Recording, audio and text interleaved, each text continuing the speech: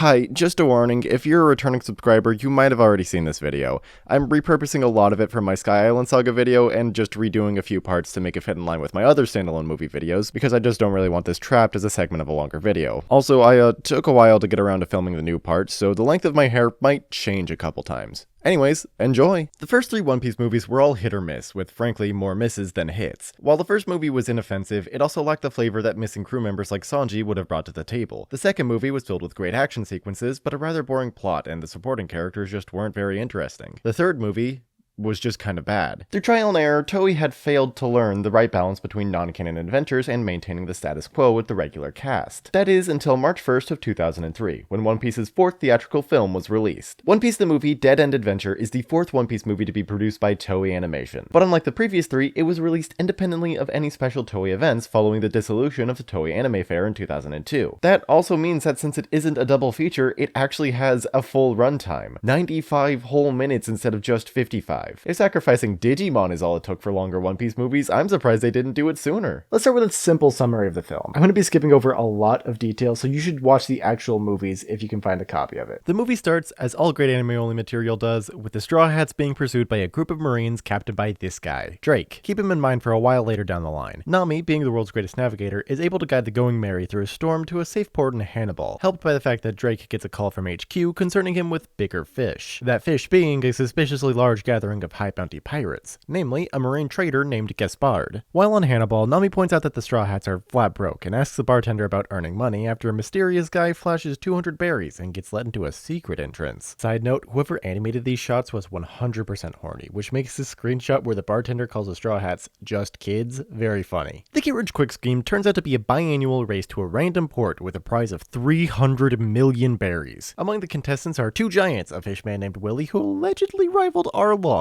and a whole ton of nameless fodder pirates. Luffy manages to piss off all of the nameless fodder pirates by stealing their food, and it turns out among them is a bounty hunter named Schreier. Schreier and Luffy keep trying to fight, only to be interrupted by the fodder pirates, and then eventually Gasparde himself, who offers both of them a spot on his crew for their tenacity in beating up so many of his men. Meanwhile, aboard Gasparde's ship, the obligatory filler arc child, a young boy, is affectionately referred to as Badger by his grandpa, as the two work on maintaining the steamboat's boiler. The grandpa is unfortunately sick, and Gasparde's men refuse to treat him, claiming he isn't a part of their crew. As a result, Badger steals a gun and runs off to find the dumbest pirate he can kill to claim their bounty and pay for the medicine. Needless to say, he winds up on the Going Merry. The next morning, the race finally starts, and we find out why it's only held every 2 years, when the winds blow so hard that they push all of the entrance ship up the island's mountain, and over the island's mountain's cliff. A decent chunk of the competition is wiped out, and the Mary herself almost suffers the same fate, only saved by Luffy and Robin. And I know I say this every time Robin uses her powers, but I would collapse as though I had come face to face with an eldritch entity if I saw this in real life. Although they survive, even taking out a couple competitors themselves, the Straw Hats are in last place. This benefits them though, because it turns out Gasparde has set a trap in coordination with the race's bookie, and has led all of the other competitors to a marine base called Neverone that you should also keep in mind for later. Oh, and the Straw Hats have undergone the process of befriending Badger because they're just cool like that. Escaping the marine base before even entering it, the Straw Hats eventually find Gasparde, but only after Schreier almost blows up the boiler and defeats Gasparde's right-hand man / bodyguard / their relationship isn't entirely clear, but he's definitely a subordinate. Luffy then challenges Gasparde and has to knock Schreier out to do so. Gasparde is a tough fighter because he too has eaten a devil fruit, a Logia-type fruit that allows him to turn his body into candy syrup called the Ame Ame no Mi. Thank goodness I stuck with calling Honey Queen's devil fruit the Goo Goo fruit and not the syrup fruit. Luffy almost commits a cannibalism, and Badger's grandpa decides that he wants to blow up the boiler but doesn't want it to go out alone. So, oh, he's just fucking dead.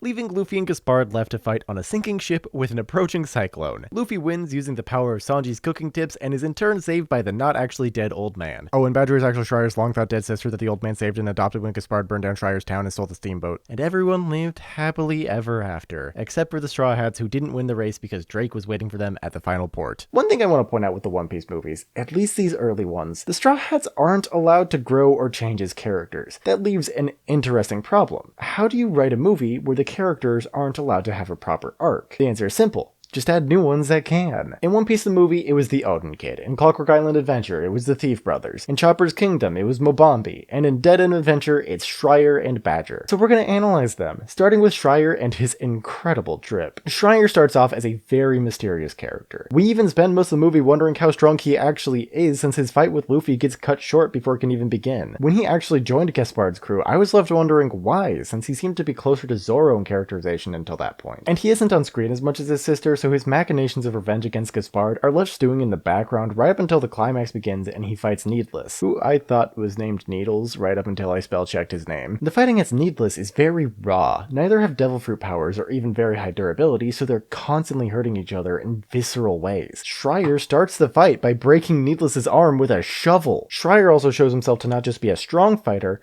but an intelligent fighter. In both of his big action sequences, he uses his environment to his advantage to deal significant blows to his opponents. Honestly, I would have loved to see more of Schreier throughout the movie, but because he was stuck on the enemy ship, his arc wasn't as fleshed out as it could be until he was reunited with Badger. By the way, Badger's real name is Adele, but I'm gonna keep calling her Badger for a bit because that's what I wrote down in all my notes. Speaking of Badger, her arc is very formulaic. I don't like pirates because they did insert horrible thing and killed insert family member. But then I met the Straw Hats and they were friendly and helped me, and now I'm less upset at their existence. It's the same flavor of supporting character that's been around since the 1998 OVA, and frankly, I just want something new. What sets Badger apart though is her relationship with the old man. The two aren't related by blood, but since the old man raised her, Badger treats him like family, and getting medicine for him is her whole motivation. Quick side note, her character design is meant to mislead you into thinking she's a boy until Schreier reveals his backstory to the old man, which is why I referred to her with masculine pronouns in the summary section. As individuals, Schreier and Adele's arcs are nothing burgers, but when they reunite at the end of the movie, everything kinda just clicks together. Schreier was so consumed by revenge for his sister and home that he's done unspeakable things that he can't forgive himself for, and Adele has only had the old man looking after her since she was 3. In the 8 years they spent apart, Schreier was left to steep in his resentment, while Adele only had one positive force in her life. So when the two are finally reunited, they don't have an immediate moment of connection, and they both keep distant for their own reasons. I absolutely love that what brings them together isn't some BS about the bonds they had as children, but the old man once again stepping in to be a positive force and encouraging them to reconnect. But no story is complete without its antagonist, and Dead End Adventure is no exception. Gasparde is a malicious, cruel, and sadistic man, tripling the race's prize money to lure in more contestants and then sending them all to their dooms. Even the bookie who helped coordinate the betrayal is himself betrayed and sent to a watery grave. And why does Gasparde do it? He has no greater ambition. There's no money-making scheme. He just wants to toy with people and use their suffering for his pleasure. He even goes out of his way to trash Luffy's hat just to mess with him. His cruelty and abilities garnered him a bounty of 95 million berries, just 5 million berries short of Luffy, who's currently unaware of his new bounty at this point in the story. This isn't a concern of Luffy's though, as other than remarking about said bounty being higher than Crocodile's, he fights Gasparde because he thinks Gasparde is an asshole, which is a classic Luffy motive perfectly in line with his character. I also want to point out that Gasparde's weakness is flour, since it nullifies his stickiness and leaves him vulnerable in his liquid form. Meanwhile, Crocodile's weakness is wet things, say something like a sticky syrup. What I'm trying to say is that if Gasparde and Crocodile were to fight, they would be stuck in an endless stalemate, with Gasparde having a slight advantage due to his powers not being completely nullified and his ability to make spikes, which puts Gasparde right above Crocodile in S tier. One more thing that you'll probably notice about Dead End Adventure is the large amount of CGI integrated into the animation. A lot of environments, especially in the opening of the film, are rendered in 3D with 2D characters composited on top. The Going Merry is also 3D in almost all of the shots of its exterior. The compositing is fairly typical for 2003, it's not great, but also not eye-breakingly bad. The biggest attractor is the strangely smooth camera animation. The opening is animated like the POV of someone riding a theme park coaster through Hannibal. The atmosphere of the art is also a lot moodier than the previous 3 films, which complements the subject matter of the film and Gasparde's cruelty as a villain. And honestly, I like it a lot more than the excessive rim lighting that was present in Chopper's Kingdom on the Island of Strange Animals. There's also a small amount of reused animation, mostly relegated to flashbacks of Shanks and young Luffy, but also this shot is ripped straight from Warship Island and the introduction to the Calm Belt. So the movie does have to lose points for reminding me of Appi's existence. To round this segment out, I went frame by frame through this hallway of wanted posters from the beginning of the movie to see if there was anything notable. A lot of them ended up being reused assets, so Easter eggs include El Dorado, Golast, and Wunan from One Piece the movie, Panda Man, multiple wanted posters from Full Body's Bounty Wall that reference Oda's pre-One Piece works. This is also the source Valvita's and Kuro's wanted posters, Wetten from Rulika Island, and Nico Robin. 11, both of which are discolored from age, Bojack, Honey Queen, and Bear King from Clockwork Island. The other Trump siblings are probably in there too, but it's hard to make some of these out. I'm literally editing this as we speak, and I just found Skunk 1, Battler, Hot Dog, and Hebe from Chopper's Kingdom, Buggy the Clown, and Arlong, Gally from the Romance Dawn one-shot that we'll talk about in a few months, multiple competitors from the Dead End race, including AAA, Bigelow, Willie, and Needless multiple times. Obviously, there's Luffy at the end, but most notably, Don Krieg appears 3 times, more than any other East Blue pirate. It makes sense. No other East Blue pirate is strong enough to last a whole week in the Grand Line and escape back home. My recommendation, if you can find a good place to watch it, One Piece the movie Dead End Adventure is a must-watch for any One Piece fan. It has great action, great humor, great animation, good enough characters, and is the most film-like One Piece movie so far in my watch-through. That's all I've got for this time, but I'd like to extend a special thank you to everyone who's joined my Patreon page. I think this technically makes you all producers, so if this video ends up on Letterboxd, feel free to write yourselves into the credits section. And as for you, audience members still inexplicably watching this, I've got more of these videos on the first 3 One Piece movies and the pre-Toei One Piece OVA that you can watch right here, as well as another repurposed video segment on the 5th movie on its way as a standalone video soon. And if you want to see my thoughts on the series as a whole, you can go check out my Shorts tab, where I'm watching and reviewing every single episode of the series proper.